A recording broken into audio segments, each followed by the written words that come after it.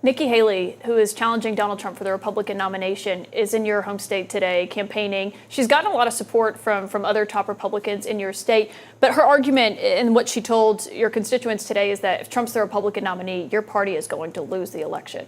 Do you agree with that? Yeah, I don't necessarily agree with that. That's a good campaign line, I'm sure. But so you think he could win? Oh, sure, I think he can win. I mean, today it's kind of a toss-up. But if the election were actually held today, I think he'd probably win.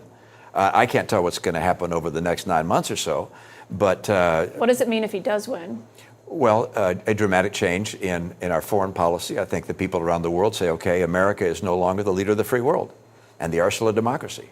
It's not the shining city on a hill. It's now an isolated island. There's some things, by the way, Donald Trump does better than Joe Biden, a lot. Joe Biden has made extraordinary mistakes. On the immigration front, it's embarrassing how bad he's been.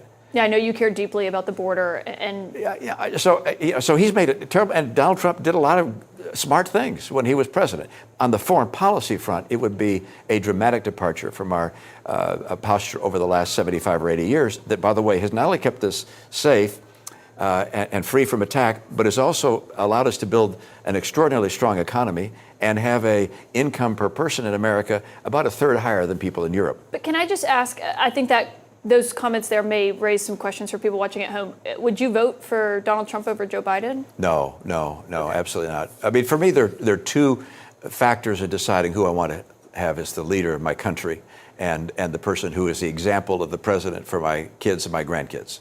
One is their position and policies. And on foreign policy, I'm not aligned with Donald Trump, at least as I understand his policy. On domestic policy, yeah, I align with many of his domestic policies. But there's another dimension besides policy. And that's character.